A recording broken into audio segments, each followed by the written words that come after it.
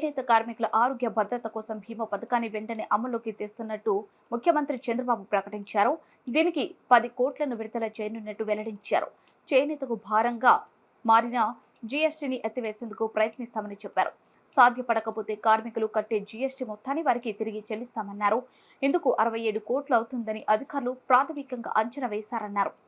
Trust fund పథకం కింద రాష్ట్ర ప్రభుత్వం ఇచ్చే వాటాను 8% నుంచి 16%కు పెంచుతామని, ఇందుకు 10 కోట్లు అందిస్తామని తెలిపారు. కార్మికులు ఆదాయాన్ని పెంచేలా సమగ్ర పాలసీని తీసుకొస్తామన్నారు.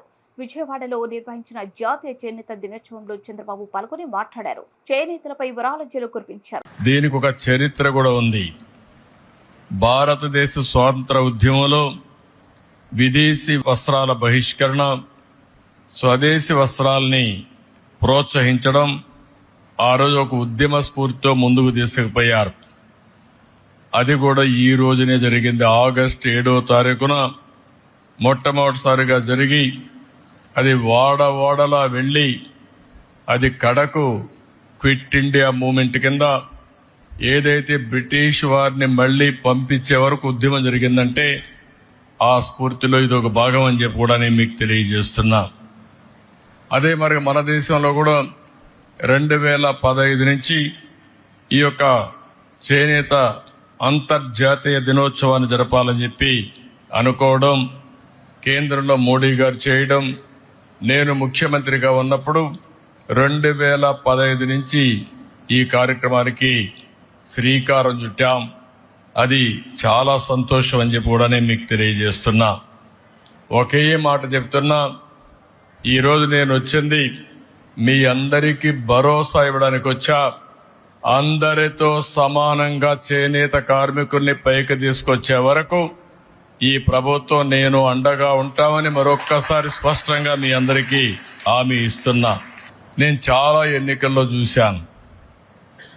ఏ ఎన్నికలు వచ్చినా కొంతమంది అటూ ఇటూ వెళ్లారు, కానీ చేనేత కార్మికులు మాత్రం మూకుమ్మడిగా బలపరిచింది తెలుగుదేశం పార్టీనే బలపరిచారు అన్ని ఎన్నికల్లో. అది ఆ రోజు సమైక్య ఆంధ్రప్రదేశ్ కావచ్చు, ఈరోజు నవ్య ఆంధ్రప్రదేశ్ కావచ్చు, ఎప్పుడు కూడా ఎక్కడ చేనేత కార్మికులు ఉంటారో అక్కడ ఎప్పుడు తెలుగుదేశం పార్టీకి మెజారిటీ వస్తుంది, ఆదరణ చూపించారు. అది ఎప్పటికీ గుర్తుంటుందని చెప్పి కూడా నేను మీకు తెలియజేస్తున్నా. చేనేత రంగం ప్రభుత్వ నిర్లక్ష్యాలతో తీవ్రమైన సంక్షోభంలోకి వెళ్ళింది. అందుకే ఈరోజు చూస్తే గడిచిన ప్రభుత్వంలో తెలుగుదేశం ప్రభుత్వంలో అనేక కార్యక్రమాలు చేసి మిమ్మల్ని అందరినీ ఆదుకున్నాం. కానీ ఇటీవల ప్రభుత్వాన్ని మనం చూస్తే నేతన్న హస్తం పేరు చెప్పి మీకు అందే అన్ని రంగాల పథకాలను అన్ని రద్దు చేసే పరిస్థితికి వచ్చారు.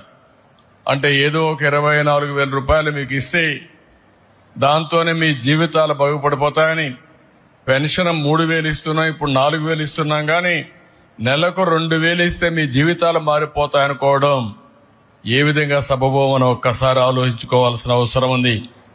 అన్ని పథకాలని రద్దు చేశారు. అదే మరిగా సొంత మగ్గం ఉంటేనే చేనేత హస్తమన్నారు, నేస్తమన్నారు.